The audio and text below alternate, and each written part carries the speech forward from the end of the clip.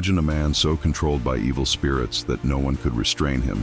Chains couldn't hold him, shackles were useless. He roamed among tombs, screaming day and night, cutting himself with stones, completely isolated from society. But then, one moment changed everything. Jesus stepped onto the shores of Gadara, and the forces of darkness trembled. What happened next wasn't just a miracle. It was a direct confrontation between the Son of God and a terrifying army of demons.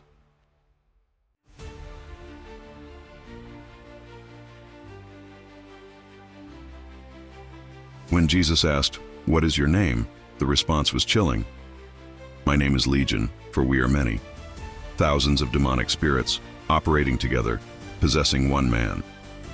But here's the question no one likes to ask. Was that legion destroyed, or are they still active today? The Bible says those demons entered 2,000 pigs, which threw themselves off a cliff to their deaths.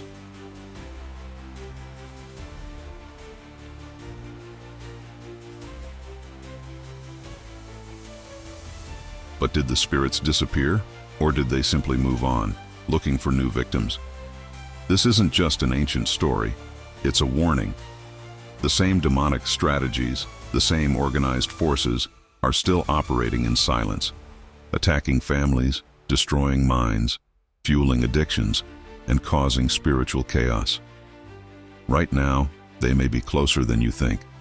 Today we dive deep into the terrifying reality behind the demons of Gadara and expose the truth: they never left. You've probably heard stories of people losing control, acting violently, speaking with strange voices, destroying everything around them. But few stories are as disturbing and extreme as what happened in the region of Gadara nearly 2,000 years ago. This wasn't just a case of mental illness. It wasn't superstition or exaggeration. This was a raw, undeniable display of demonic power, the kind that leaves even the strongest men terrified and helpless.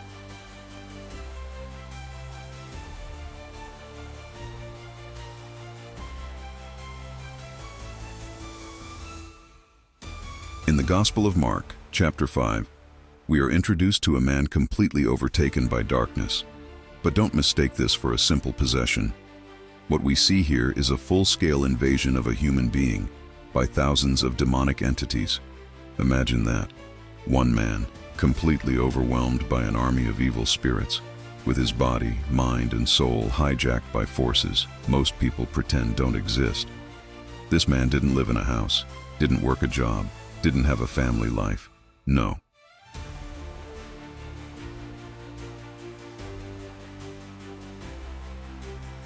He existed among the dead, wandering through the tombs, isolated, tormented, and completely broken. Day and night, the Bible says, he would scream out, howling in agony, his body covered in self-inflicted wounds as he struck himself with stones, unable to escape the torment inside him. People from the town had tried everything. They bound him with chains, shackled his hands and feet, tried to restrain him, but nothing worked.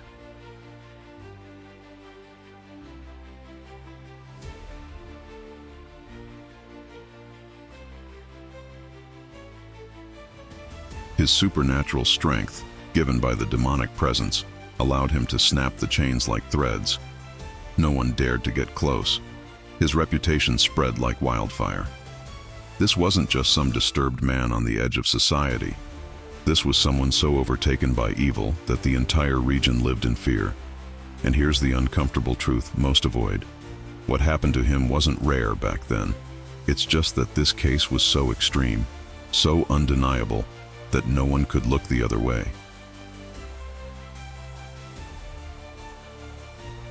His condition was proof that spiritual forces exist, and when left unchecked, they can completely destroy a person's life.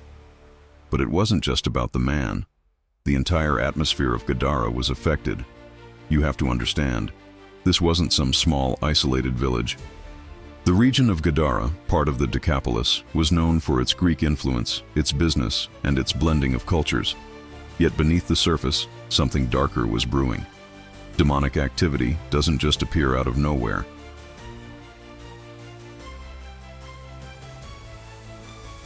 It feeds off the spiritual climate of a place. And Gadara had opened doors through idolatry, pagan practices, and rebellion against God that allowed those forces to take root. So when Jesus arrives on the shore of that region, it's not by accident. He isn't just traveling. He's confronting the stronghold that had gripped that land for too long. The moment Jesus steps out of the boat, the man possessed by demons sees him and runs toward him.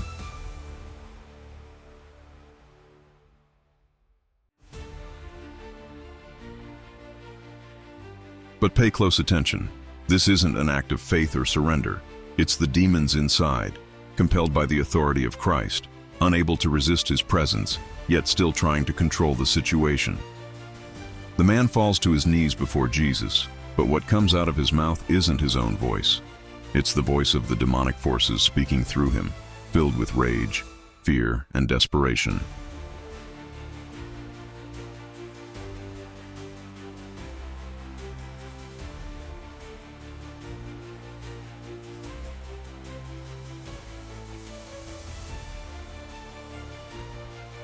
"What do you want with me, Jesus, Son of the Most High God? Swear to God that you won't torture me." Think about that. The demons recognized Jesus immediately. They knew his authority. They knew they couldn't stand against him. But even more terrifying, they knew their time was running out. That confrontation wasn't just about one man's freedom. It was about exposing how deeply the demonic realm had embedded itself in that region, and what Jesus was about to disrupt.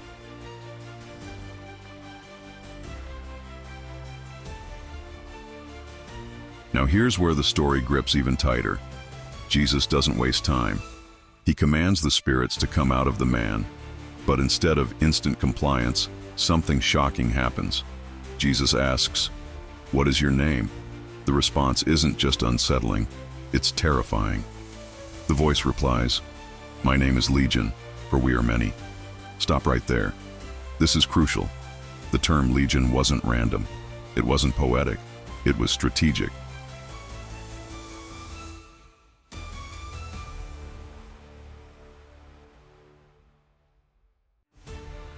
In Roman military structure, a legion consisted of 4,000 to 6,000 soldiers, disciplined, organized, lethal. When the demons call themselves Legion, they're revealing the scale and organization of their operation. This isn't one lost spirit wandering around. This is a coordinated demonic army, working together to dominate one human life.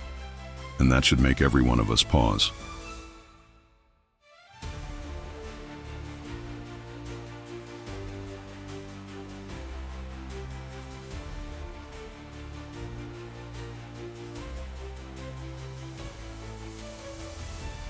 Because if thousands of spirits could control one man, twist his mind, his body, his behavior, what does that say about the influence they can still exert today? But hold on to that thought, because we're going to peel back even more of this story. Understand this. The man wasn't just dangerous because of brute strength. He was a living warning sign. His condition revealed the spiritual state of the entire region. Gadara tolerated darkness. They coexisted with it.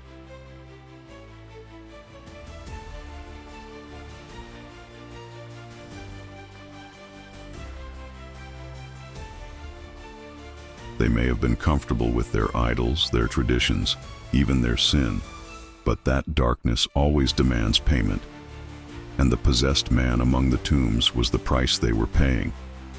People avoided him, whispered stories about him, taught their children to stay away, but no one dealt with the real issue until Jesus arrived. And what happens next shakes the foundations of both the spiritual and physical world.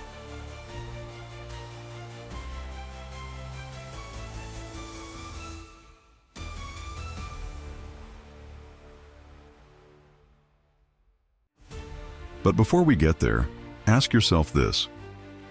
How many people today are living the same way? Bound by chains no one else sees, isolated by addictions, tormented by inner voices, cut off from society, spiritually dead while physically alive? The story of the demoniac of Gadara isn't just history, it's a mirror, a warning. And what unfolds next reveals the raw power of evil, but even greater, the unstoppable authority of Jesus Christ. Stay locked in.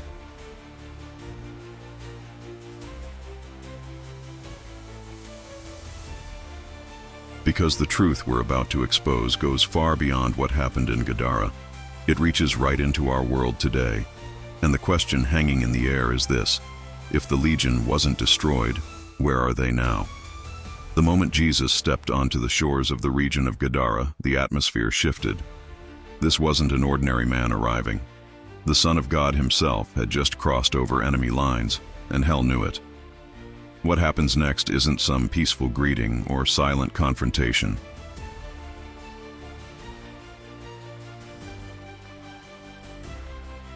It's a direct public collision between the authority of heaven and the organized, ruthless power of darkness that had been operating unchecked for years.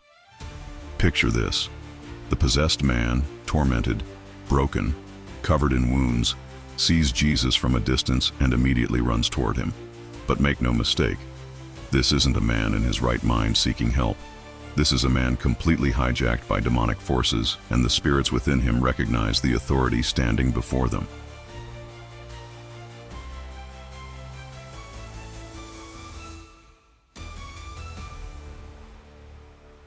As the man falls to his knees, it's not his voice you hear. It's the voice of the spirits controlling him, loud, desperate, filled with fear and aggression, crying out, "What do you want with me, Jesus, Son of the Most High God? I beg you, do not torture me." Now stop and let that sink in.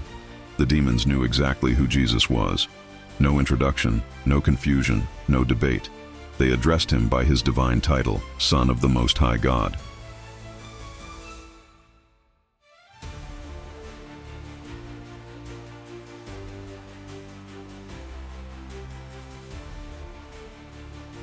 That means even the most corrupt forces of darkness understand the rank and power of Jesus Christ better than most people walking the earth today. But here's where the story digs deeper, and where things get far more unsettling. Jesus doesn't speak to the man directly. He addresses the source, the spiritual infestation inside him. And his first command is simple, but loaded with authority. "Come out of this man, you impure spirit." But the spirits don't just flee in silence.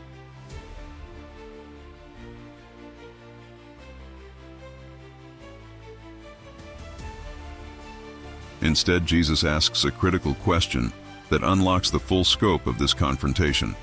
What is your name? It's in this moment we get a glimpse into the true scale of what's happening.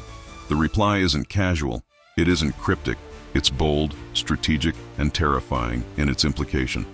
My name is Legion, for we are many. Understand the weight of that word, legion. To the people of that time, especially under Roman occupation, a legion wasn't an abstract term. It was very specific.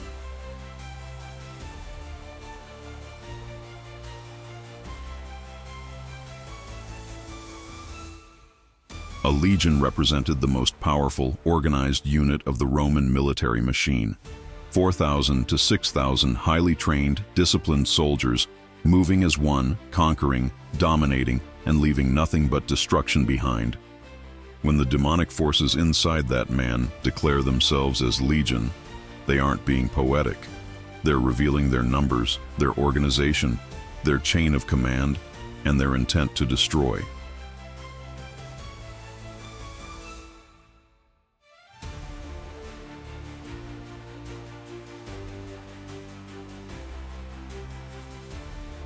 They're telling Jesus, and everyone within earshot, this isn't a random possession. This is an all-out occupation by a structured army of evil spirits, operating in unity for a singular purpose: control and destruction. Let me be blunt, this isn't superstition. This isn't ancient folklore to entertain religious minds. This is the raw, unapologetic reality of the spiritual world. The demonic realm isn't chaotic in the way people assume. It's organized, it's structured, it operates with precision. The forces of darkness move strategically. They plan their attacks, they coordinate their influence, and when they find an entry point, they exploit it to the maximum. In this man's case, they had taken over entirely. Body, mind, and soul, hijacked. But think bigger. What about entire regions? What about families? What about cultures that open spiritual doors without realizing the consequences? Gadara wasn't random. It was a region filled with compromise, idolatry, and spiritual vulnerability.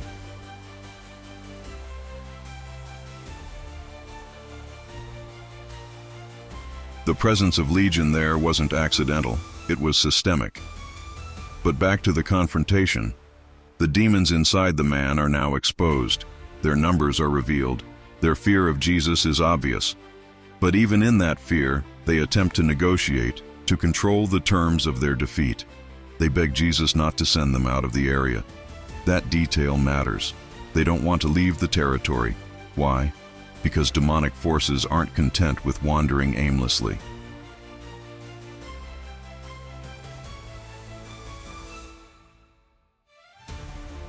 They attach themselves to people, to cities, to cultures, and once embedded, they fight to stay. This shows us their territorial nature.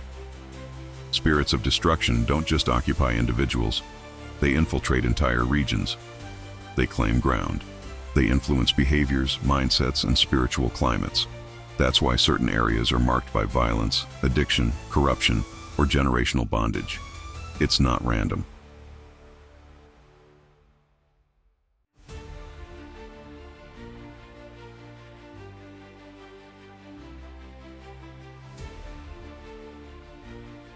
It's organized spiritual warfare, often operating in the background, hidden in plain sight. And here's the harsh reality most people avoid. Those forces didn't disappear with time. The same organized demonic structures are still operating today, strategically, persistently, often disguised behind modern language, systems, and behaviors.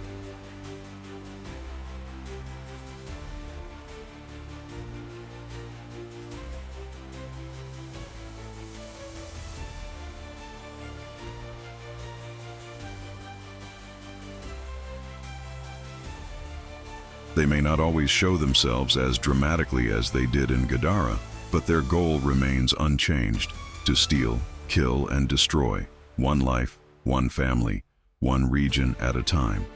So when Jesus asks for the name and gets the answer, Legion, he's not just gathering information, he's exposing the entire system.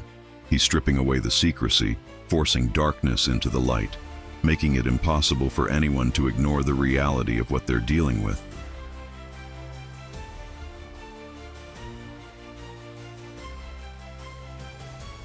And the next move?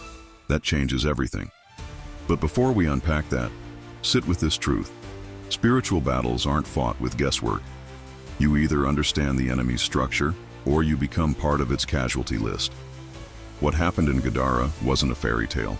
It was, and still is, a manual for understanding how deeply embedded, coordinated, and dangerous the demonic realm truly is.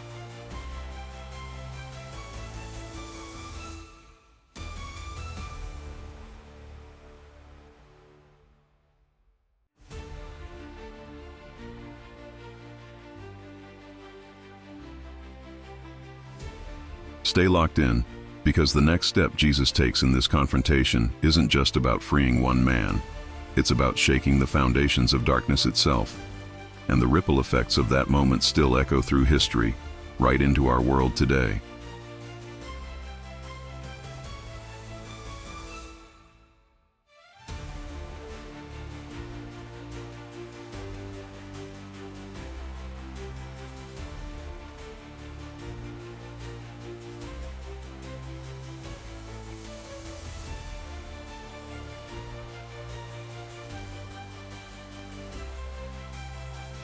The question is, are we prepared to see what happens when organized evil meets unstoppable authority?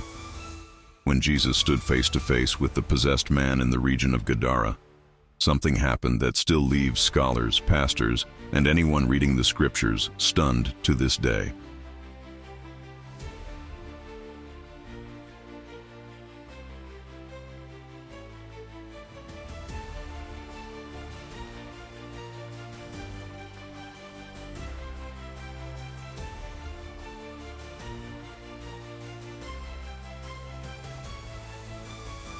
You have to pay close attention to this part, because this isn't just about one man being freed. It's a window into the terrifying structure of demonic operations and what happens when their power is exposed in broad daylight. The moment the demons reveal their identity, Legion, everything shifts. Their cover is blown. They can no longer hide behind screams, violence, or chaos.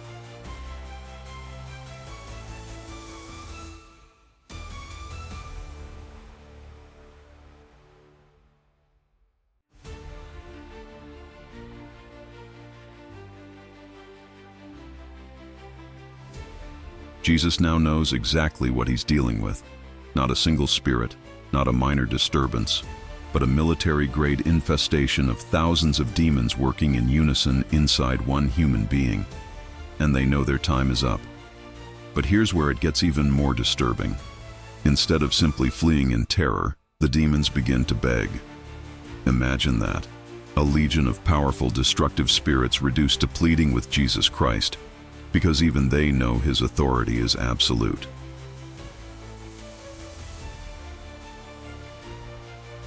They make a strange, desperate request that reveals a lot more than most people notice at first glance. They beg Jesus not to send them out of the area, but more specifically, they ask for permission to enter a herd of pigs feeding nearby. Now, understand this. Pigs, to the Jewish people, were considered unclean animals.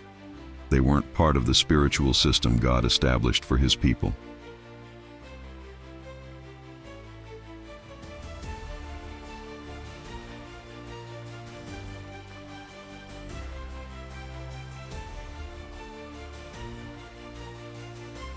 The fact that there was a large herd of pigs in that region shows the cultural and spiritual compromise happening in Gadara. This wasn't a territory fully aligned with God's standards.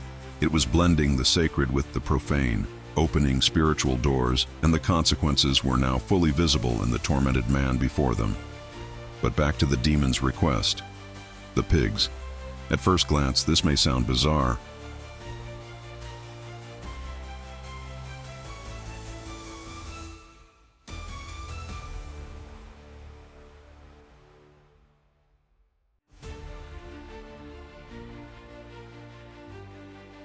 Why would demonic spirits care about animals? Why would they want to transfer from a human being into a herd of swine? Here's where it gets deep, and where the true nature of these spirits reveals itself. Demons crave embodiment. They seek to inhabit physical vessels, whether humans or animals, because through those vessels, they can influence, control, and destroy. Without a body, they are restless, wandering, limited in their operations.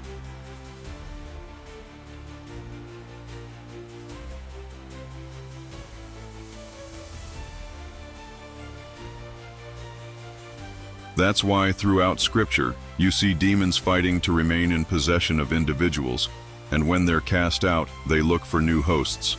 It's not superstition, it's strategic warfare. So when Legion begs Jesus to allow them to enter the pigs, they are trying to maintain a foothold in that territory. They don't want to be banished completely. They don't want to lose their operational ground.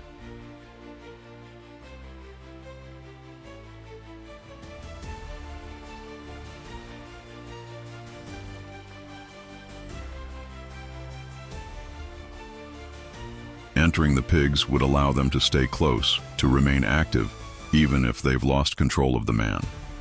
Their desperation exposes their territorial nature, and their understanding that Jesus holds the power to dismantle their influence entirely. And here's the crucial part. Jesus allows it. He gives them permission to enter the pigs, and immediately, around 2,000 pigs become violently possessed, driven mad, and rush down a steep bank into the water, where they drown.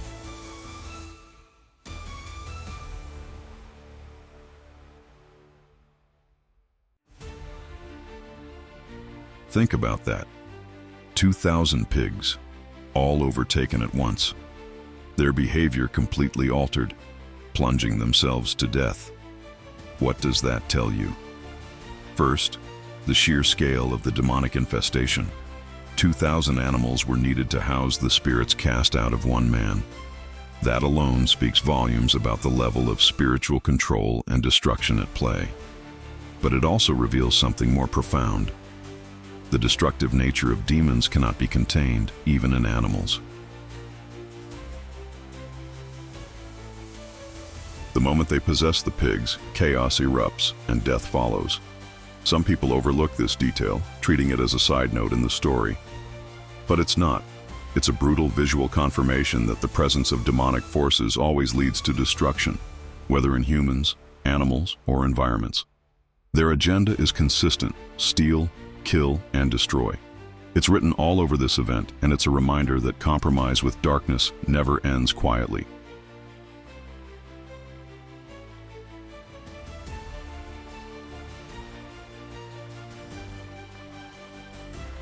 It always escalates until something or someone is destroyed. Now consider the psychological and spiritual weight of this moment for the people of Gadara. The possessed man, once uncontrollable, feared and isolated, is suddenly calm, clothed, and restored. But their economy, their livelihood, the pigs, are gone in an instant. The visible manifestation of demonic power shifts from the man to the herd, and the economic loss is staggering. But here's what's even more revealing: the people's reaction.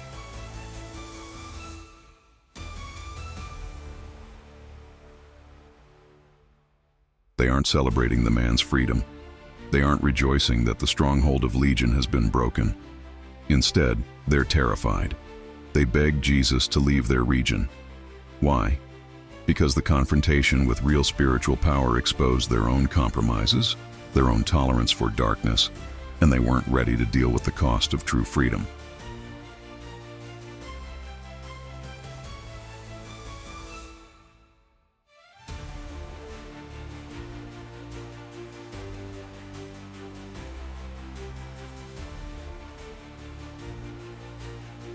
And doesn't that sound familiar today? How often do people, families, entire communities tolerate darkness because confronting it feels uncomfortable or expensive? How often do people prefer a known oppression over the disruption that real freedom brings? Gadara's people had accepted the presence of demonic influence as part of daily life. But when Jesus showed up and dismantled it publicly, the cost, spiritually and economically, hit them hard. That moment forces every one of us to reflect.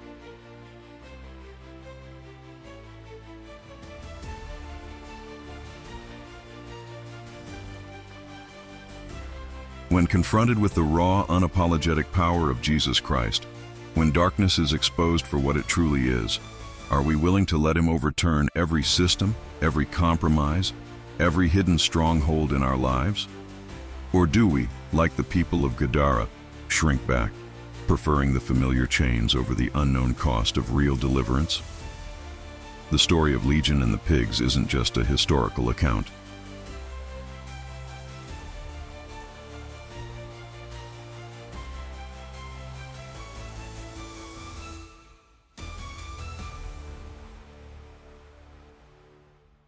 It's a blueprint of how darkness operates, how it embeds itself, how it resists exposure, and how it reacts when true authority arrives. But it also reveals the organized, calculated nature of evil and the undeniable, unstoppable authority of Jesus over every force that dares to stand against Him.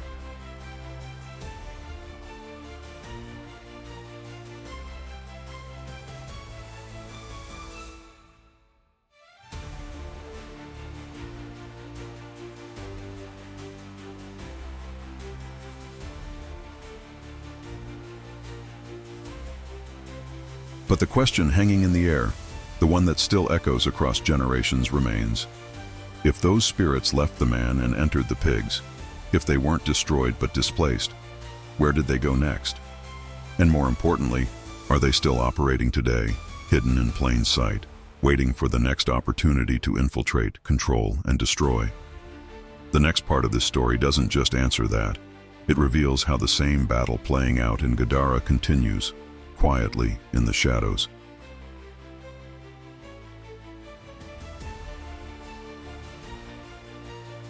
All around us. And if we're not equipped to recognize it, we risk falling victim to the same organized evil that once called itself Legion. Stay with me.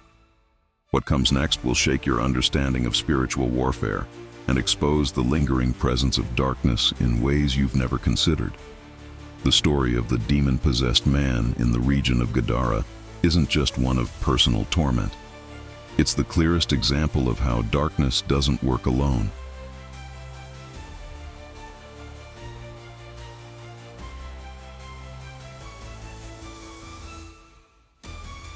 What we see in this moment is not random possession or chaotic evil.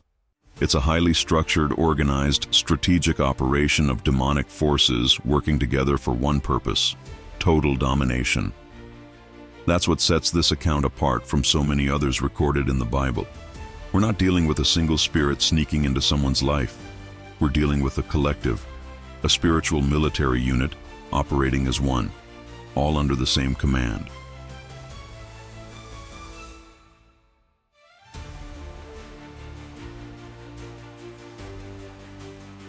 When Jesus asks for the name of the entity controlling the man, and they respond, "My name is Legion, for we are many," that statement is more than just a frightening confession.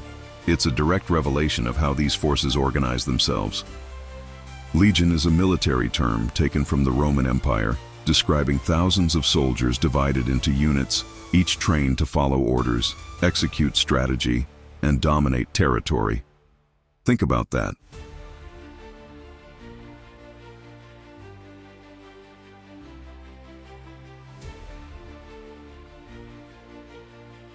Even the kingdom of darkness follows structure, rank, and authority.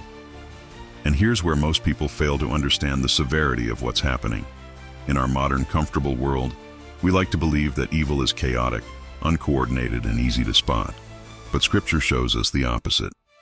Evil operates like an army, coordinated, disciplined, precise.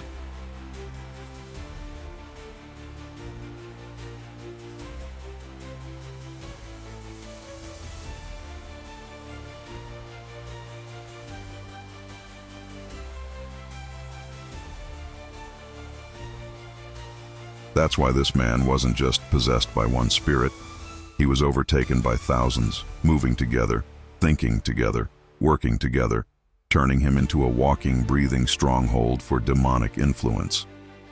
Now, if you're paying attention, this exposes a critical truth. The demonic realm is more united in their mission than most people are in their faith. That's a hard pill to swallow, but it's reality. The forces of evil don't waste time arguing among themselves.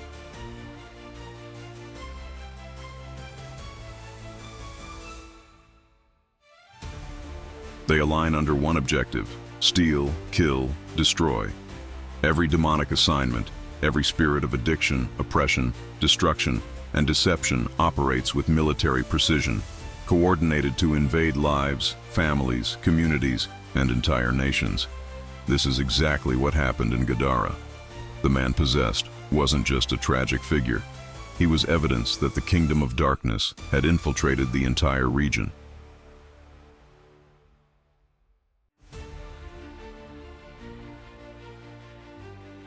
His body became the battlefield, his mind the territory occupied, his life the proof of spiritual warfare happening behind the scenes. But here's where it gets even more intense. The people tolerated it. Understand this: when an entire region ignores the presence of evil, it doesn't go away. It grows, it multiplies, it organizes. That's why the demonic possession of this man wasn't isolated. It was a symptom of a much larger spiritual problem rooted in Gadara.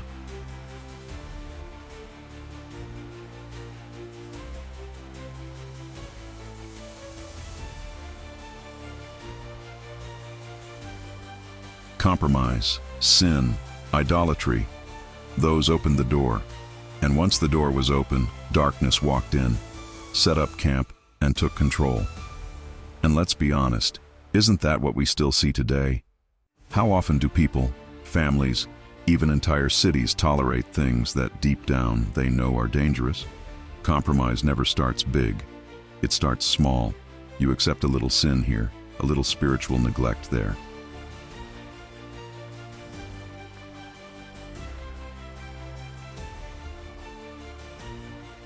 Before long, the territory of your mind, your family, your community is wide open for an organized, strategic infiltration of darkness.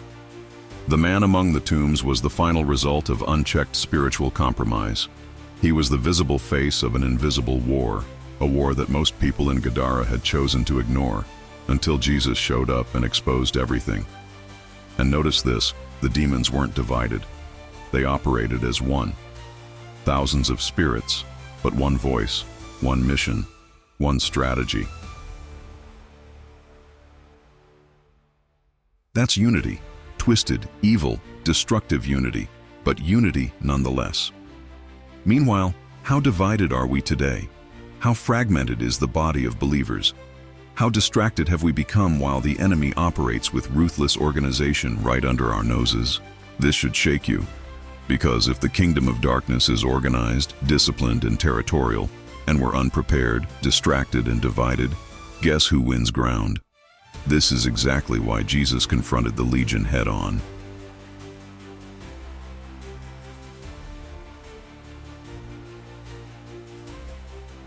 He wasn't just freeing one man. He was breaking the organized stronghold of demonic control over an entire region. But there's another layer to this, the concept of possession itself. Most people think of possession as something rare, extreme, only happening in back alleys or far-off villages. But the Bible shows us possession isn't always loud or dramatic. Sometimes it's subtle. Sometimes it starts with influence, small thoughts, behaviors, addictions, until it escalates.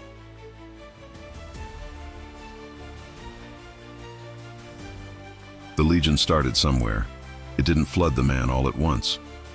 Compromise opened the door, and over time, the invasion was complete. That's how spiritual warfare operates. Darkness doesn't barge in, it sneaks in. A thought, a habit, an open door. Left unchecked, the small foothold turns into a fortress, and the fortress becomes a stronghold. By the time the man was living in the tombs, naked, isolated, cutting himself, it was too late for earthly solutions. Chains couldn't restrain him.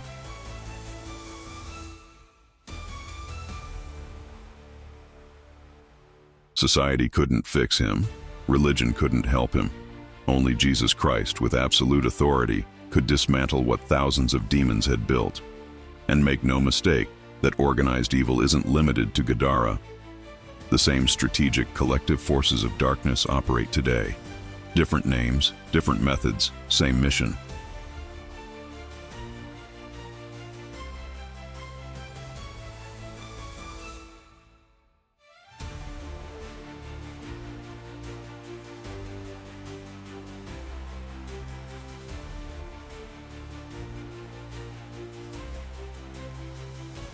They still infiltrate minds, destroy families, sabotage destinies, and enslave entire communities under layers of deception, addiction, violence, and spiritual blindness. But the most terrifying part? Most people still tolerate it. They coexist with spiritual compromise, ignore the subtle signs of oppression, and convince themselves it's normal. But the story of the man possessed by Legion proves one thing beyond question. What you tolerate spiritually will eventually take over completely.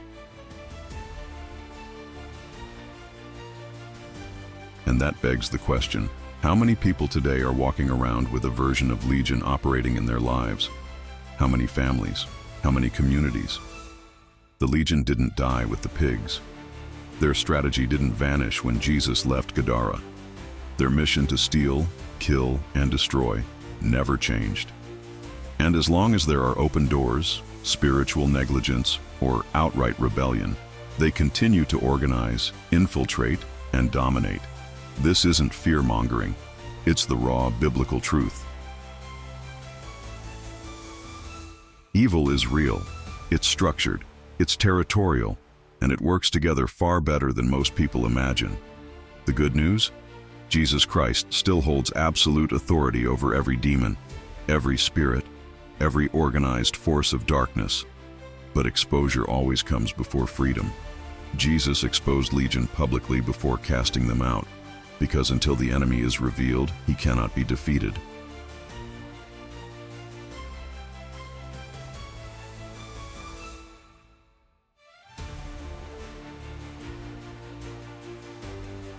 So, the question now is simple but urgent. What organized evil still operates in your territory? What hidden footholds have been tolerated for so long they've become strongholds? Because whether you see it or not, the spiritual battle is happening right now. The same legion that operated in Gadara hasn't stopped their mission, they've just changed tactics.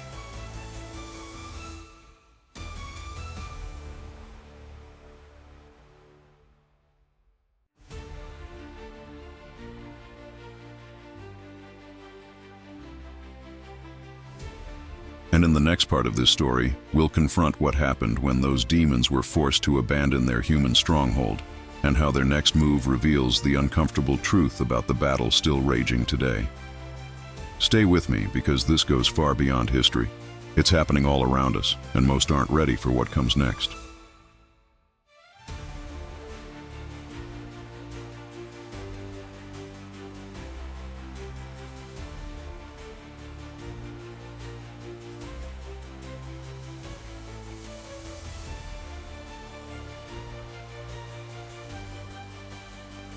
The moment the demons begged Jesus for permission to enter the herd of pigs, the entire situation exposed a side of the spiritual realm that most people either ignore or completely misunderstand.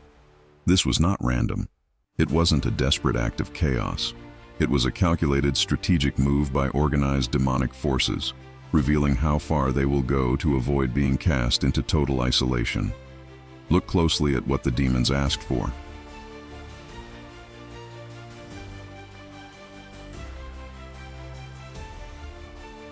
They didn't beg to be destroyed because they know full well their destruction is appointed for a future time, the final judgment. They didn't even attempt to negotiate staying within the man. They realized that battle was already lost. Jesus, with his undeniable authority, had stripped them of control over their human host. But their next demand reveals something far more dangerous about the way demons operate. They will settle for whatever vessel allows them to remain active in a territory.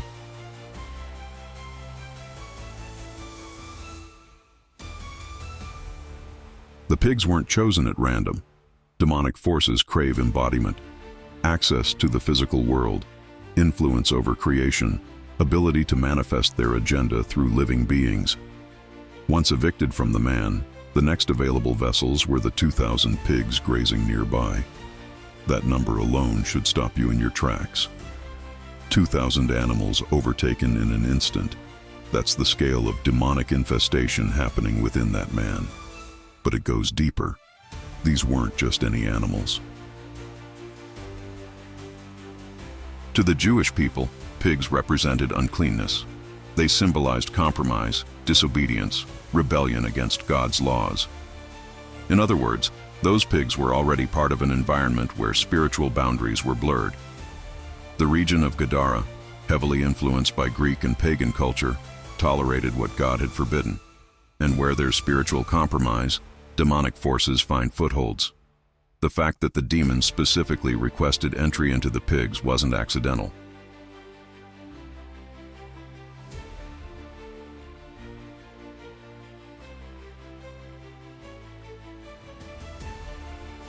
They wanted to stay connected to the land, to the people, to the spiritual atmosphere they had corrupted.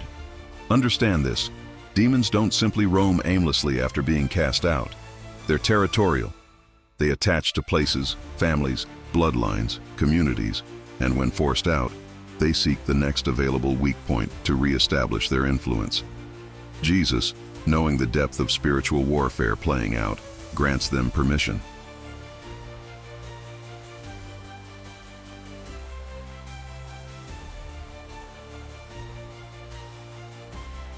Not because he lacked power to destroy them, but because the situation demanded public exposure of the demonic strategy and undeniable proof of their destructive nature. What happens next is chaos of the highest order. The pigs, instantly possessed, lose all sense of direction, control, and survival instinct. Driven mad by the legion now inhabiting them, they rush off the cliff, plunging into the water and drown.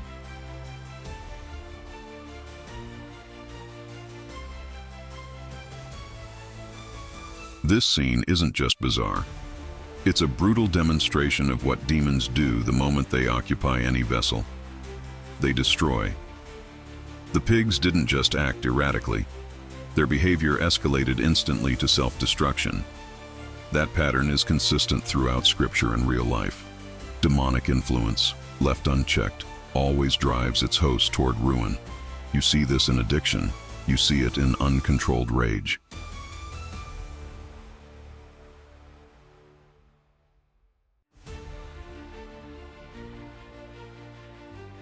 You see it in the destruction of families, mental health, relationships, and entire communities. It might start quietly, a whisper of compromise, a moment of rebellion, a small open door. But the end goal never changes. Destruction of the host, devastation of the environment, chaos in the territory. The drowning of the pigs wasn't the end of the demonic threat. It was a momentary disruption, a visible consequence, a warning to everyone watching. But here's what most people miss. The demons themselves weren't destroyed. Spirits don't die the way physical beings do. When the pigs drowned, the demonic forces were displaced again, now wandering, looking for their next opportunity, their next weak link, their next willing or unguarded host.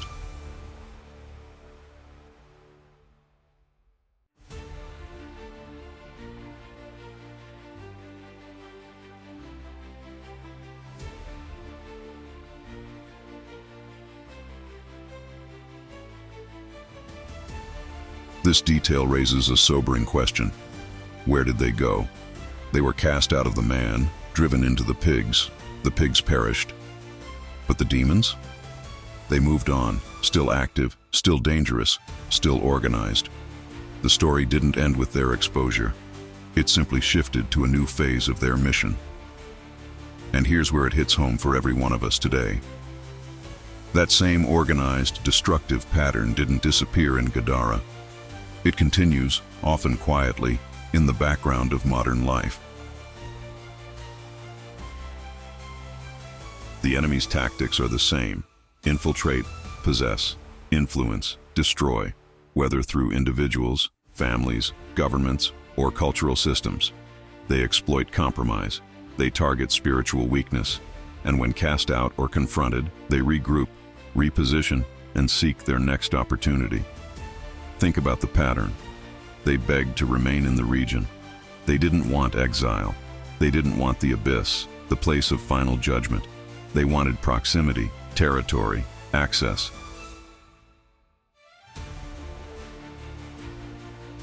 That's how demonic forces operate. Territorial spirits embedding themselves in environments where sin, rebellion, and spiritual blindness create legal access points. Look around today.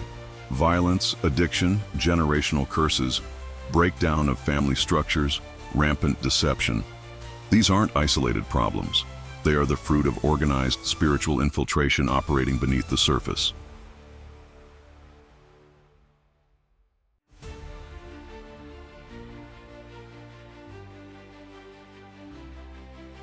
The same legion that infested one man still operates in systems, influencing behaviors, manipulating culture, and advancing an agenda of destruction wherever compromise is allowed. But here's where the story exposes an even deeper layer of truth.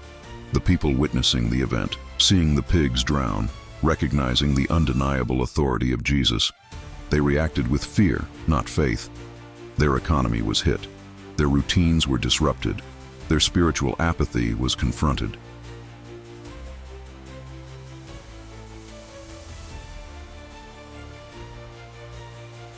And instead of rejoicing over the man's freedom, they begged Jesus to leave. Why? Because real deliverance always costs something. When Jesus shows up, he doesn't negotiate with darkness. He dismantles it. And that dismantling process shakes everything. Comfort zones, belief systems, economies, relationships. Many people today claim they want freedom, revival, spiritual breakthrough. But the moment Jesus exposes the compromise, the hidden footholds of darkness, the price feels too high.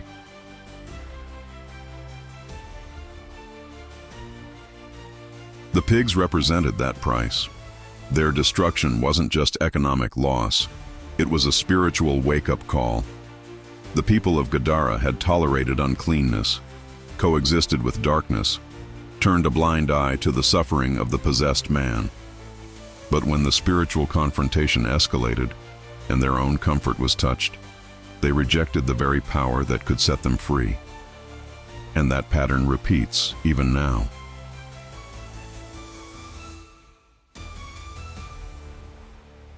How many today tolerate personal or societal compromise because the alternative feels disruptive? How many prefer a quiet coexistence with hidden sin, rather than a confrontation that demands repentance, surrender, and change? The drowning of the pigs wasn't random. It was the physical manifestation of a spiritual truth. What you refuse to confront will eventually destroy everything around you. The demons begged to stay close. The people begged Jesus to leave.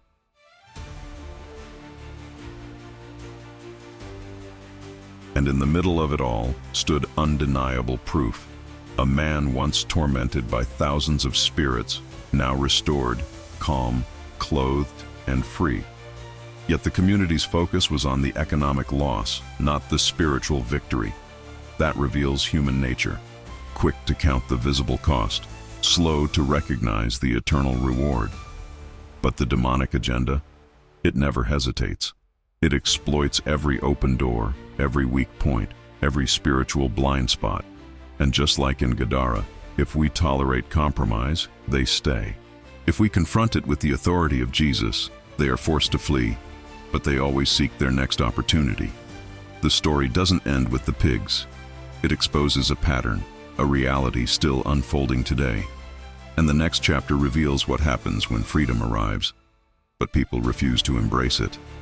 What comes next will challenge everything you thought you understood about spiritual warfare, authority, and the cost of deliverance.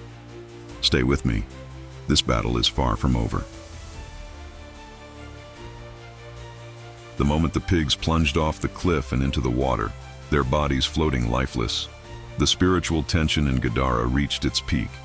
You'd think that seeing such a raw, undeniable demonstration of Jesus' authority over thousands of demons would ignite faith, stir hope, and bring people to their knees in gratitude.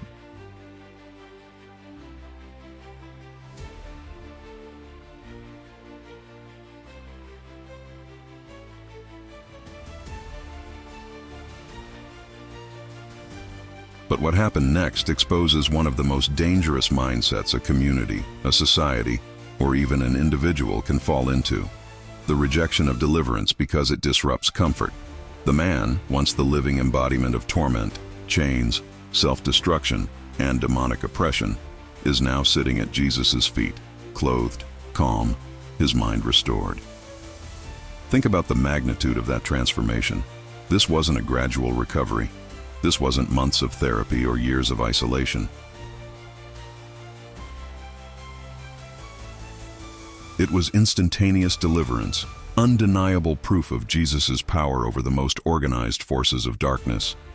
The man the entire region had feared, the one who snapped chains like twigs, who howled through the night, who lived among the dead, naked and bleeding, is now the image of peace, dignity, and authority restored. His mind is clear, his body is whole, his spirit is free. For the first time in years, the community sees him not as a monster, but as a man, fully human again. But here's where human nature shows its true colors. Instead of rejoicing over the man's freedom, instead of praising the God who had shattered the grip of Legion, the people of Gadara are filled with fear. They don't celebrate the miracle. They don't marvel at Jesus' authority. They panic. The economic loss of the pigs rattles them. The public display of supernatural power unsettles them.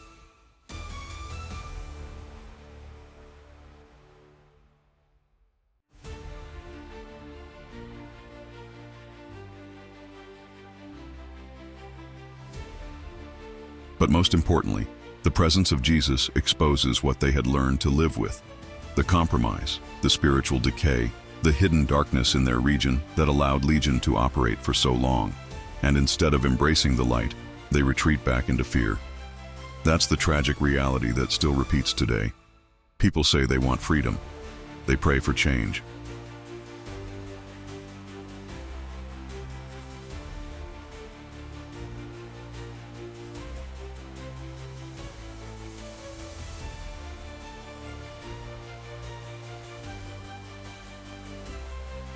But when real deliverance shows up, when Jesus begins to confront the hidden sin, the generational curses, the patterns of rebellion, they hesitate. Why? Because freedom disrupts comfort. Deliverance exposes what you've tolerated. And for many, it feels safer to coexist with oppression than to confront it head-on. The people of Gadara begged Jesus to leave. Imagine that.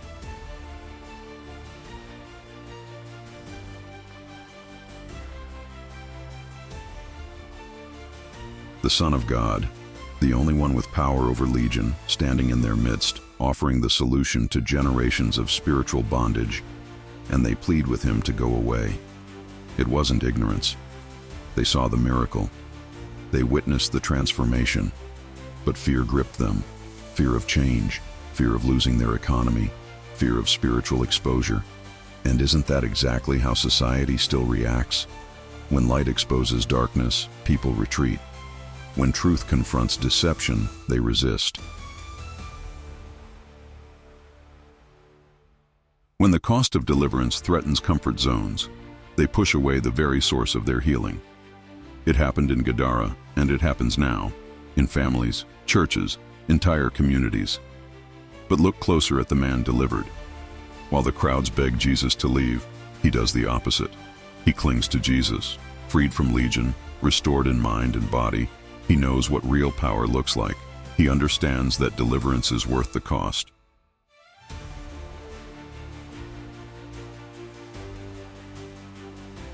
He's living proof that the grip of organized evil can be broken, that even the most tormented life can be restored. Yet the people still choose fear over freedom. They choose temporary comfort over eternal transformation. It's a harsh truth. Not everyone wants to be free. Some would rather live under the shadow of oppression, familiar with their dysfunction, than face the unknown of real spiritual change. Gadara had grown used to the possessed man.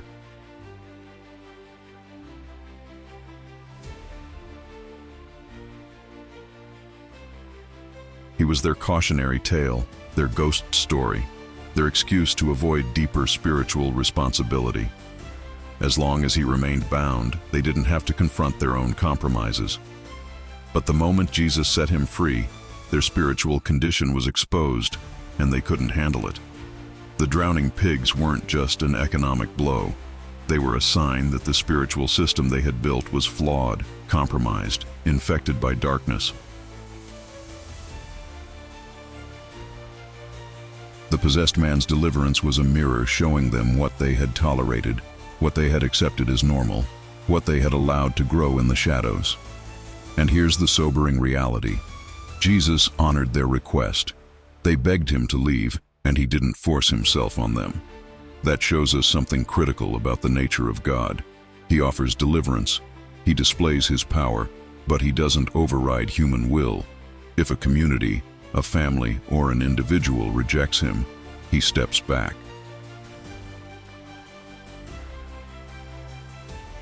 He doesn't withdraw his authority, but he allows people to live with the consequences of their decisions. But let that sink in for a moment.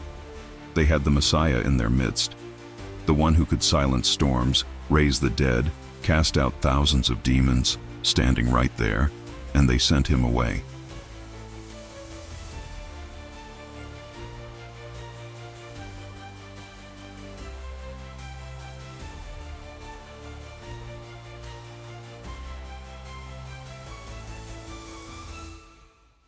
How often does that still happen? How many times do people encounter the power of God, experience his presence, feel the tug toward repentance, and still choose the familiar chains over the unknown freedom Jesus offers? The man restored by Jesus understood what was at stake. That's why he didn't just return to his old life. He didn't blend back into the crowd. He pleaded to follow Jesus, to stay close to the only one who had authority over the darkness that once ruled him.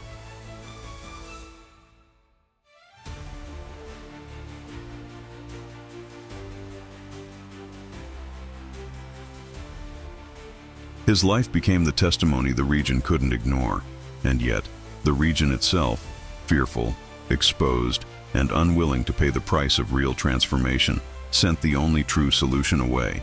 That tension still exists today.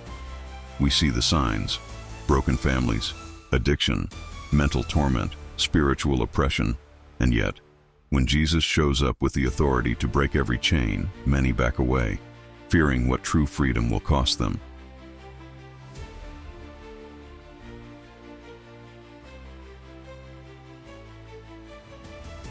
The people of Gadara weren't ready for the disruption deliverance brings.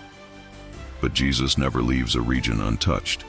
Even when rejected, he leaves a witness, a life transformed, a story that can't be erased, proof that the kingdom of darkness doesn't win where his authority is present. The next phase of this story isn't about pigs or even demons. It's about what happens when a man once dominated by legion becomes the vessel for God's truth, standing in a community that chose fear over faith. And as we'll see, even when people resist deliverance, God always leaves a mark that darkness can't erase. Stay with me, because the man who was once feared, isolated, and forgotten is about to become the key to confronting the same spiritual forces that still operate, not just in Gadara, but in the world we live in right now. Here's where the real question begins to haunt anyone paying attention to this story.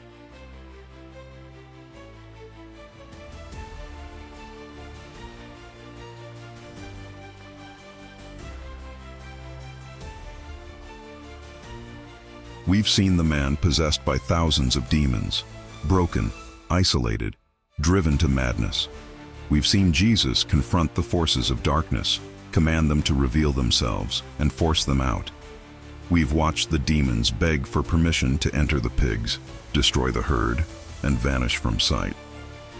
And we've seen the people of Gadara reject the very presence of Jesus out of fear, more concerned with their temporary losses than with the eternal authority standing right in front of them. But that brings us to the most uncomfortable question no one really wants to ask. What happened to that legion of demons after the pigs drowned? Did they vanish? Were they destroyed? Or are they still active, still operating, hidden in plain sight? Let's get this clear from the start. The Bible never says those demons were destroyed in that moment. The pigs drowned, yes. The economic blow was massive, the public shock undeniable. But demons don't die the way physical beings do.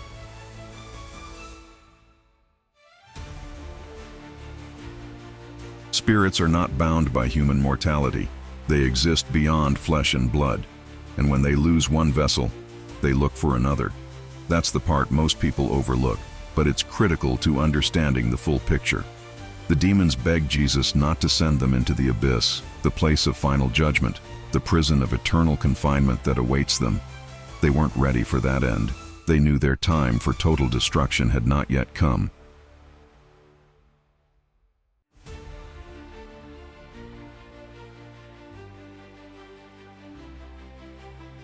So instead, they negotiated to stay local, to remain within the region, to cling to any foothold they could exploit. Jesus permitted them to enter the pigs, exposing their nature and their destructive instinct. But after the pigs perished, those same spirits, still unclean, still strategic, still operating under the same demonic authority, were displaced, but not destroyed. This is the terrifying reality. They're still out there. The legion was never eliminated, only removed from their host. Their structure, their mission, their hatred for humanity, it didn't dissolve with the pigs' deaths. They simply moved on, lurking, seeking new entry points, searching for vulnerable minds, compromised homes, weakened communities where they could rebuild their influence. Think about the implications of that.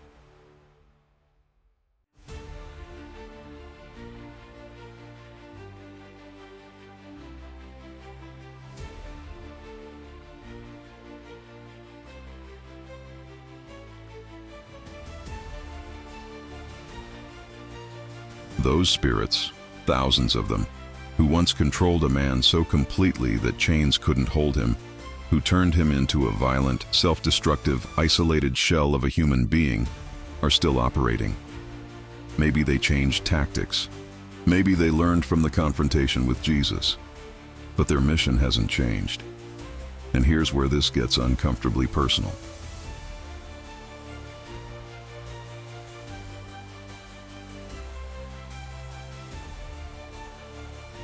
How many men today are walking around under the influence of the same legion, but it looks different? It's not always foaming at the mouth, living in tombs, or snapping chains.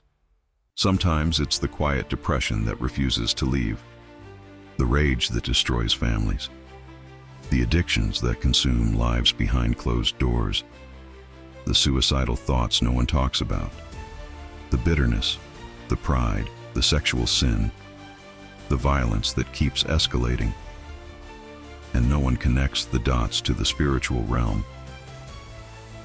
That legion may not always reveal itself in dramatic public possession, but its structure remains. Its strategy is intact. Its influence, still operating, still organized, still territorial. The truth is, the enemy adapts. The legion learned from Gadara. They saw the cost of exposure.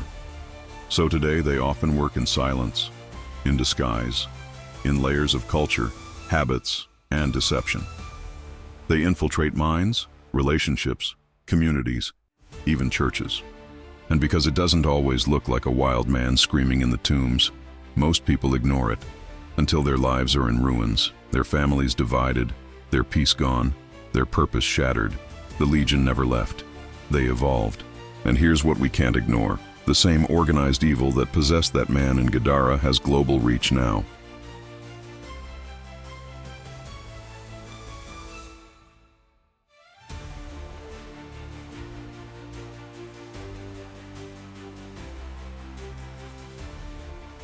It operates across nations, manipulating ideologies, fueling chaos, targeting men specifically, because if you can break a man, you can destroy generations. The silent epidemic of broken men, absent fathers, addicted husbands, spiritually dead leaders. It's not a coincidence. It's the fruit of a legion that shifted tactics but kept the same goal: control, destruction, domination. And if you think this is just symbolic or ancient folklore, look at the world.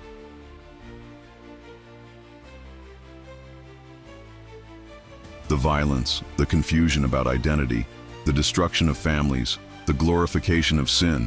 It's strategic, it's spiritual, it's organized.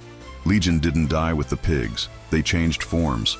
So the next time you see patterns of destruction, cycles that don't break, addictions that worsen, rage that escalates, depression that lingers, understand, you might be looking at the modern footprint of the same spiritual army Jesus confronted 2,000 years ago.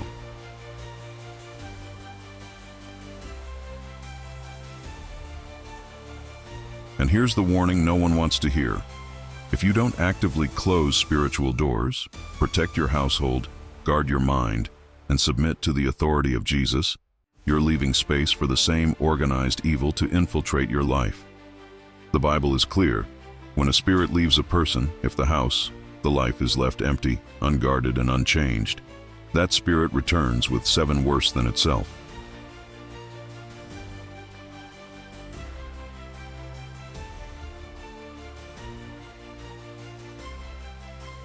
The legion operates on that principle, seeking not just to return but to escalate the oppression, to strengthen their grip, to deepen the destruction.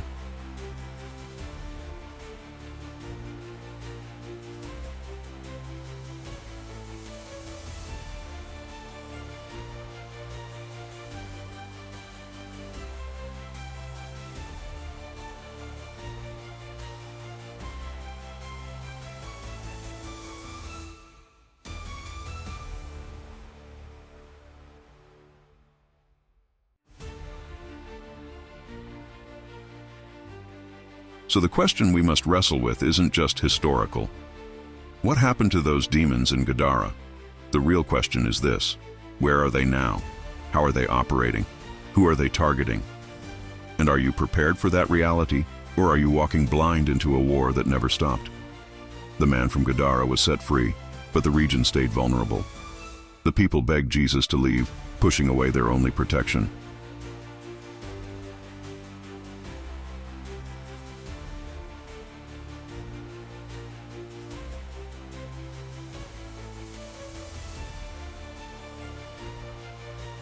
That left their territory exposed, ripe for the same spiritual infestation to rebuild.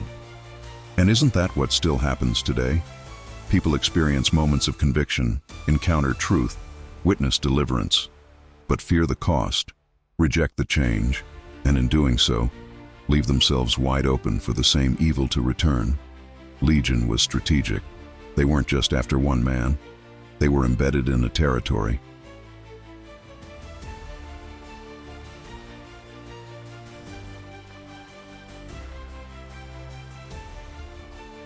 And when their cover was blown, they repositioned, waiting for new doors, new compromises, new weak points to exploit. The scary part? Those doors are everywhere today. Entertainment choices that glorify darkness, addictions that go unaddressed, anger that simmers beneath the surface, pride that keeps men from seeking help, spiritual apathy that creates the perfect breeding ground for oppression to thrive. But here's the truth that cuts through the fear. Jesus' authority hasn't changed. The same power that expelled Legion, calmed the possessed man, and shattered spiritual strongholds is still available. But it requires confrontation, exposure, repentance, a decision to stop tolerating darkness, no matter how disguised, no matter how familiar. The Legion wasn't destroyed that day, but their power was exposed. And the same exposure is happening now, for those with eyes to see and ears to hear.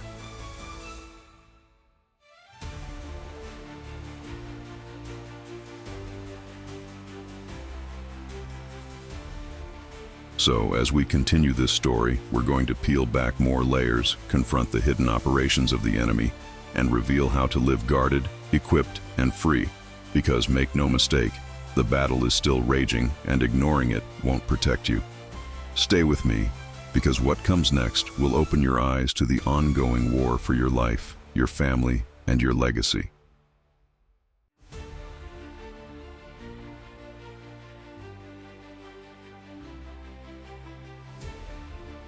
And the question hanging over every moment is simple. Will you send Jesus away like the people of Gadara, or will you stand, confront the Legion, and walk in authority? The choice is yours, but the battle is already at your door.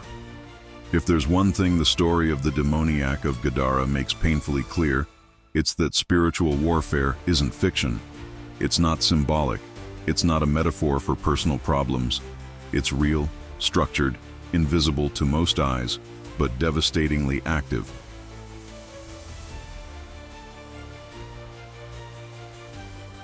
And here's the uncomfortable part. What happened in Gadara isn't some isolated event buried in ancient history. The same spiritual forces that organize themselves inside that man are still operating today, hidden under the surface of our modern world. The Bible pulls no punches about this.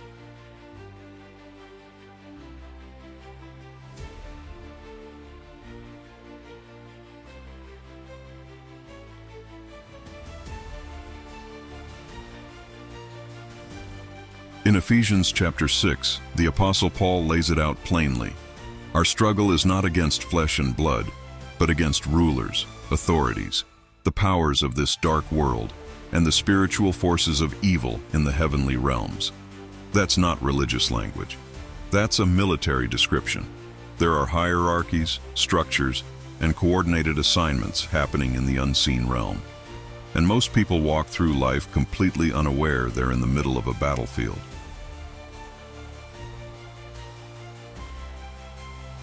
The people of Gadara got a glimpse of that battle when Legion exposed himself.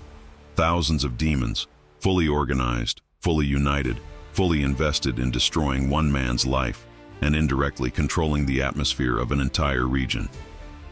But if you think that reality died with the pigs, you're missing the bigger picture.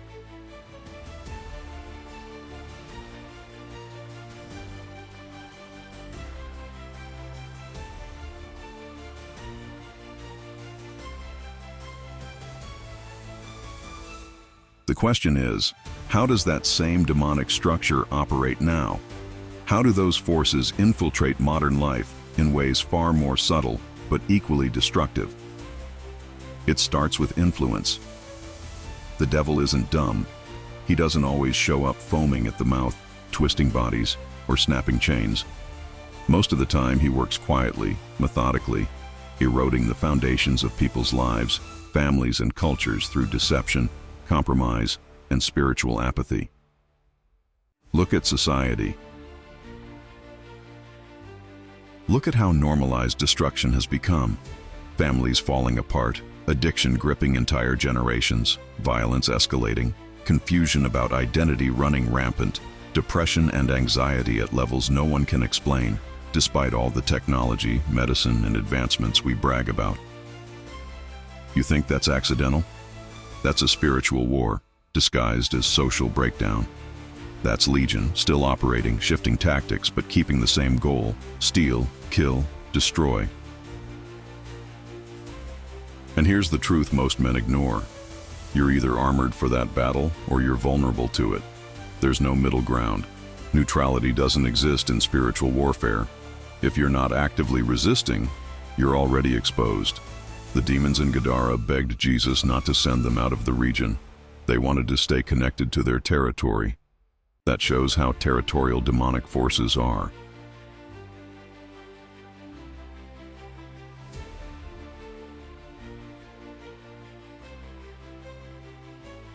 They attach themselves to regions, families, bloodlines, even generations, exploiting any weakness, trauma, or open door to rebuild their influence. And when you look around today, the evidence is everywhere. Communities trapped in cycles of poverty, violence, addiction, corruption. It's not just economics or bad luck. It's spiritual oppression.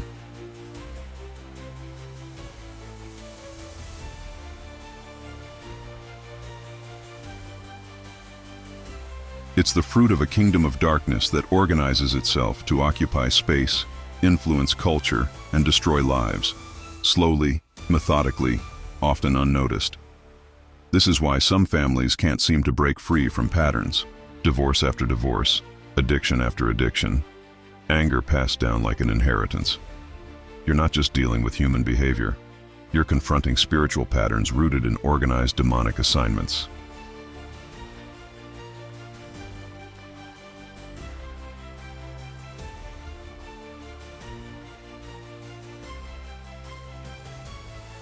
The same legion that once lived inside that man of Gadara knows how to shift, adapt, and target the next vulnerable soul, the next open door, the next weak family structure. And don't think for a second that churches are off limits. In fact, that's where the enemy's strategy gets even more deceptive. Division in the church, false teaching, spiritual passivity, these aren't random.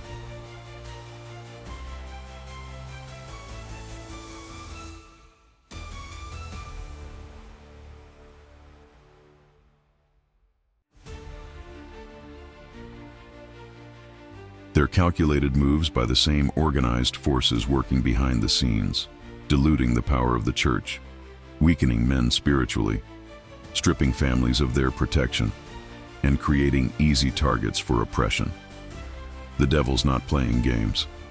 The spiritual forces Paul warned about, the rulers, authorities, and powers of darkness, they're organized, they're strategic, and they're aggressive. They don't care about your intentions, your background, or your knowledge of Scripture.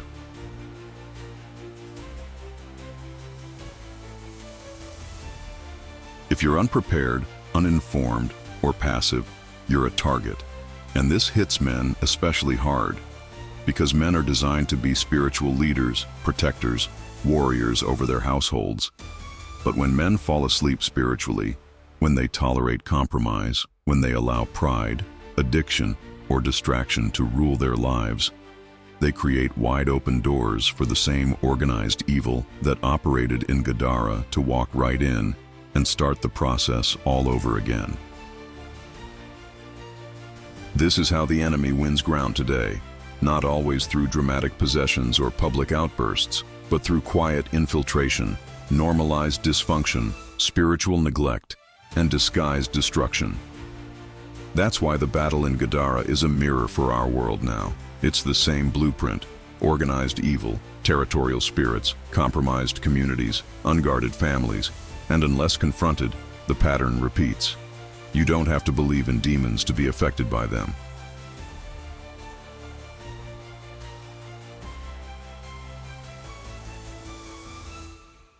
Ignorance doesn't protect you. Denial doesn't shield you. Only spiritual authority, rooted in Jesus Christ, closes those doors. And here's where most men fall short. They try to fight spiritual battles with natural tools. You can't break generational oppression with willpower. You can't defeat demonic influence with self-help books.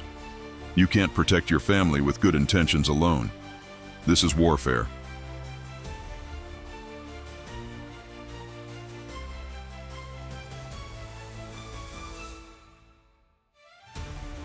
It requires understanding the enemy's strategy, recognizing the spiritual patterns, and standing in the authority Jesus modeled when he confronted Legion. That same authority is available now, but only for those who refuse to tolerate darkness, who close the doors, who dismantle compromise, and who lead their homes with spiritual clarity and strength. Because the Legion isn't gone. They're not in the pigs anymore. They've adapted.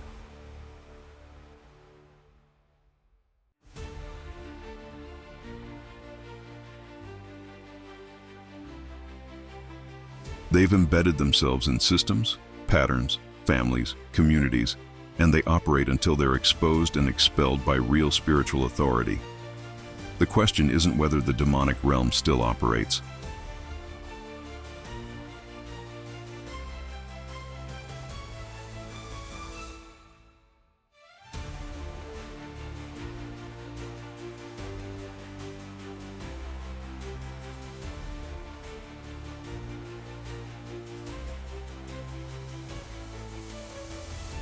The question is, are you equipped?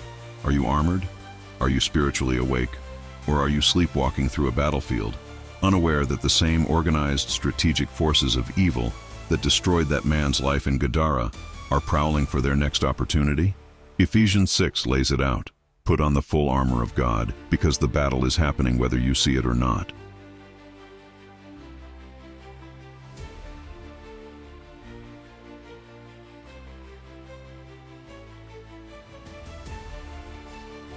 And if you don't stand in your authority, you'll fall to the same patterns, the same oppression, the same cycles of destruction that have plagued men, families, and entire generations for centuries. The story of Gadara isn't ancient history. It's a warning. It's a blueprint for the enemy's tactics, and a roadmap for breaking free. But only if you recognize the battle, engage it, and refuse to back down. Because whether you're ready or not, the Legion still operates.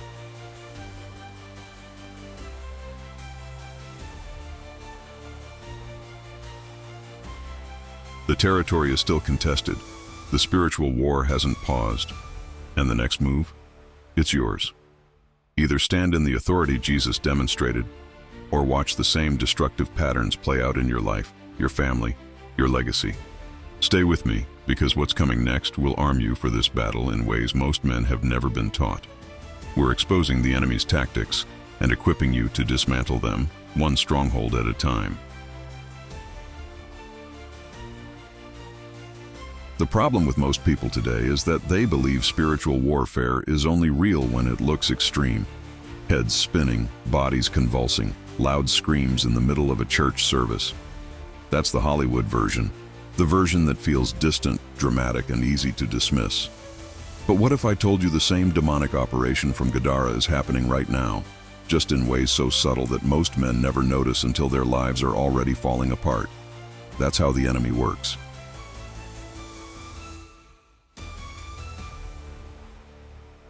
That's how Legion still infiltrates. See, after Jesus cast Legion out of the man, after the pigs drowned, those demonic spirits didn't disappear. They reorganized. They adapted their strategy, because full-blown, public possession draws too much attention. But the goal never changed. Steal, kill, destroy.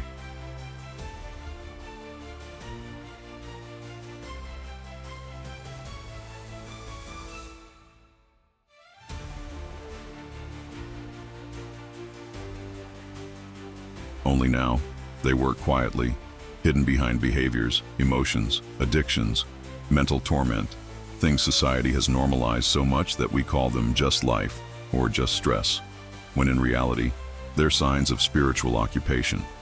And let's get brutally honest, many men today are living under that influence without even realizing it.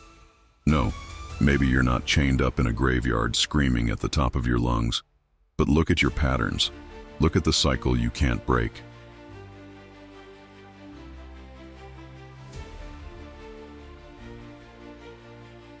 Look at the anger you can't control, the addiction you hide, the depression that never lifts, the anxiety that tightens your chest every morning like clockwork.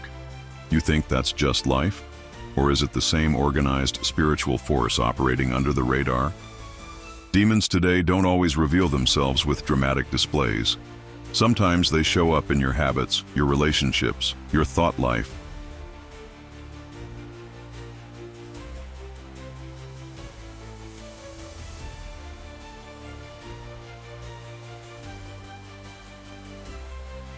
The constant battles in your mind, the impulse to destroy your own progress, the urge to isolate, to self-sabotage, to push away the people trying to help you. These are not coincidences. These are spiritual tactics, strategically designed to break men down from the inside out. And here's where most men lose the fight before they even realize they're in one. You can't defeat what you refuse to acknowledge.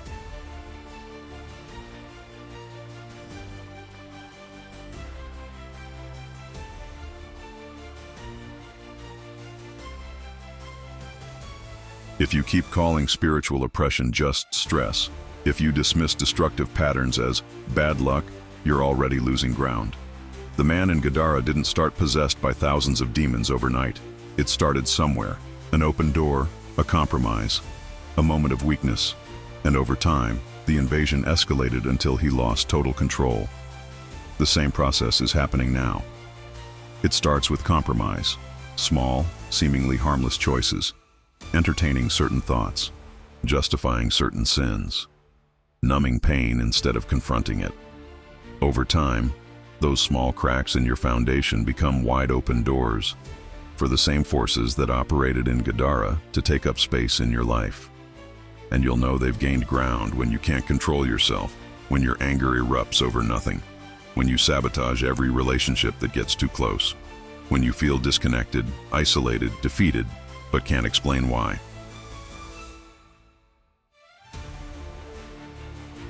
That's the subtle fingerprint of Legion in modern life. But here's the dangerous part. Society has normalized these symptoms. They call it modern stress, mental health struggles, the pressure of life. And don't get me wrong, mental health is real.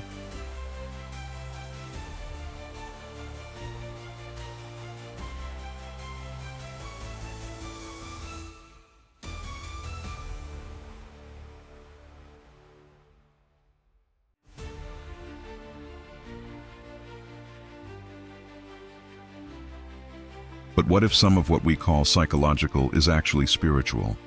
What if the depression, the suicidal thoughts, the rage, the addiction, what if those are signs of spiritual occupation, the quiet, organized operation of the same demonic forces Jesus confronted in Gadara? Look at the patterns, the increase in addiction rates, the rise in depression among men, the broken families, the anger that feels like it's boiling under the surface of culture. These are not random. They are spiritual strategies at work, designed to keep men weak, isolated, and defeated. The enemy knows, if you break the man, you break the family, you break the legacy, you dismantle future generations. That's why Legion didn't just possess the man in Gadara to torment him alone. It was about controlling the territory, the atmosphere, the culture. The man was a symptom of a much deeper spiritual infestation, and it's happening again now.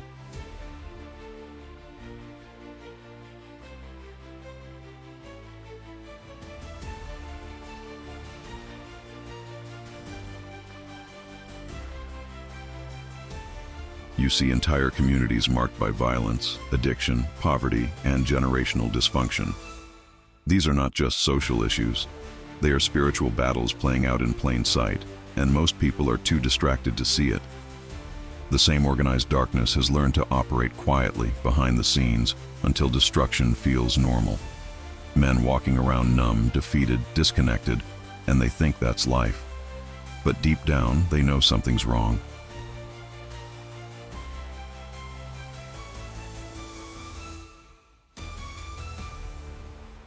They know they weren't made for cycles of failure.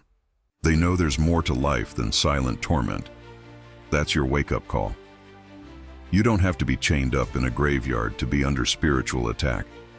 The man from Gadara is an extreme case, but his story is a blueprint. It shows us how darkness works, how it infiltrates, how it organizes, how it stays hidden until it's confronted with real authority. And that authority isn't in your strength. It's not in willpower or empty religion. It's in the name of Jesus, the same name that made thousands of demons beg, tremble, and flee. But here's the hard truth. You can't access that authority if you're still making deals with darkness. If you're still entertaining the enemy's whispers, tolerating compromise, living with secret sin, you've left the door wide open. The enemy doesn't need permission if you've already given it through your choices.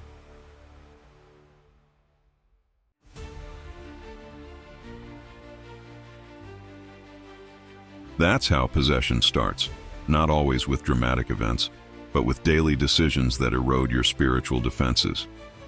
But there's hope. There's a way out. Jesus didn't just confront Legion to prove his power. He did it to set the standard for freedom, to show that no matter how deep the darkness runs, no matter how organized or strategic the enemy is, his authority is greater. The man from Gadara was the worst-case scenario, completely overtaken, destroyed, written off by society. But in one encounter with Jesus, everything changed. And the same can happen now. But it starts with awareness. You have to recognize the signs. You have to confront the cycles. You have to stop calling spiritual oppression normal life. Because the longer you tolerate it, the more ground the enemy takes. Look at your life. Look at your mind. Look at your family. Are there cycles that never break? Destructive patterns that repeat?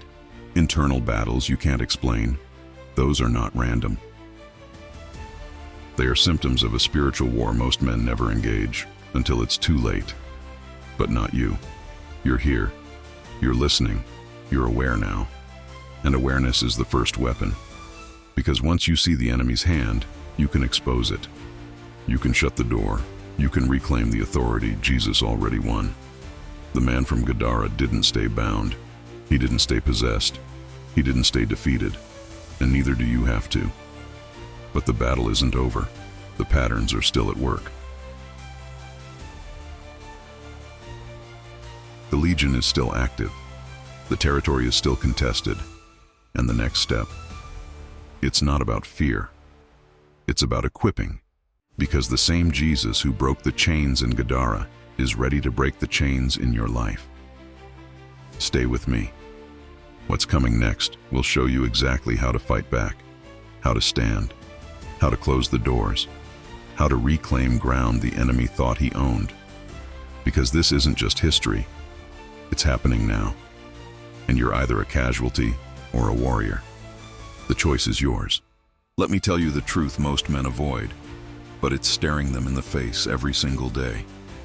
There's only one name, one source of authority, one power capable of shutting down the same organized darkness we've been talking about this whole time. It's not self-help. It's not willpower. It's not some motivational quote plastered on your mirror. It's Jesus Christ, period.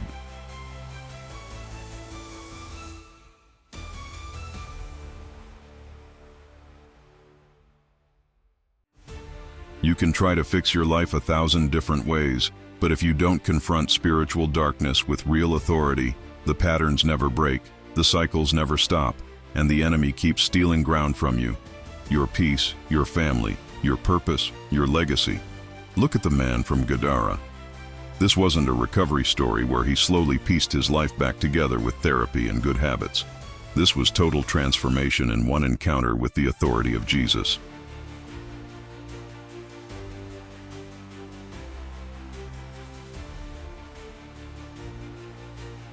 A man completely overtaken by thousands of demons, controlled, destroyed, isolated, abandoned, in a moment, sitting clothed in his right mind, free. That wasn't self-discipline. That wasn't luck. That was raw spiritual power. But here's the harsh reality. That power only came when Jesus was present. The chains didn't work. The people couldn't help him. He couldn't fix himself. But Jesus, his authority made the demons beg. His presence exposed the darkness. His words dismantled the stronghold Legion had built inside that man for years, and nothing has changed today. The same spiritual battle is happening now, maybe in different forms, with modern distractions, cultural excuses, psychological language layered on top. But the root is still the same. Spiritual forces, organized, destructive, relentless, operating behind the scenes to keep men weak, families divided, legacies destroyed. But Jesus never lost his authority.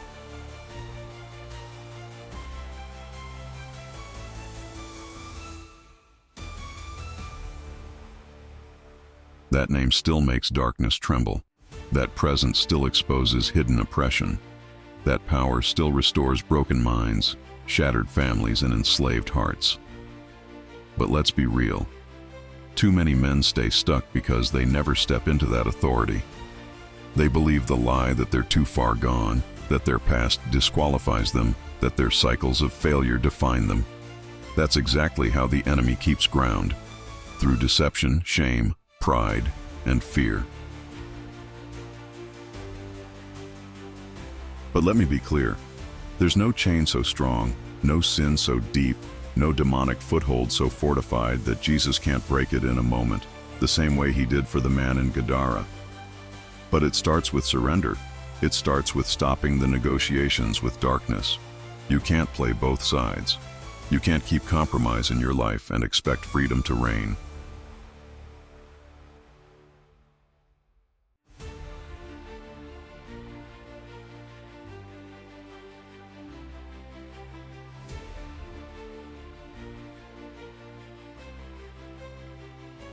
The man from Gadara was fully overtaken because the doors stayed wide open for too long.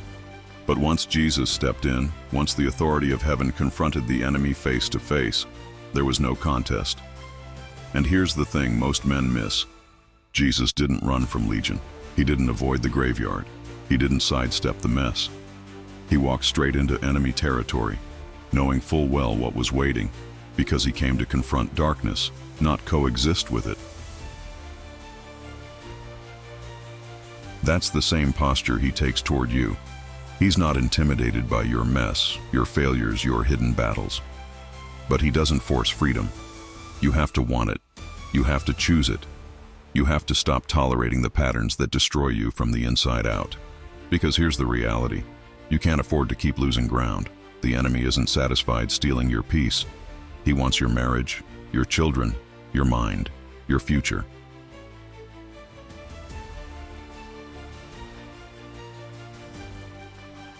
And unless you step into the same authority that cast out Legion, you'll stay stuck in cycles that never change. But today, you can choose different. You can step into the same power that sent thousands of demons fleeing, that restored a man everyone else gave up on, that broke generational oppression in a single moment. And once that happens, you become the proof that freedom isn't a fairy tale. You become the story the enemy can't erase.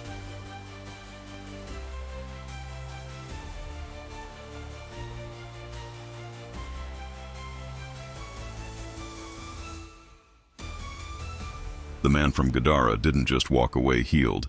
He became a voice in his region, testifying that organized darkness doesn't win where Jesus shows up. You can be that same story.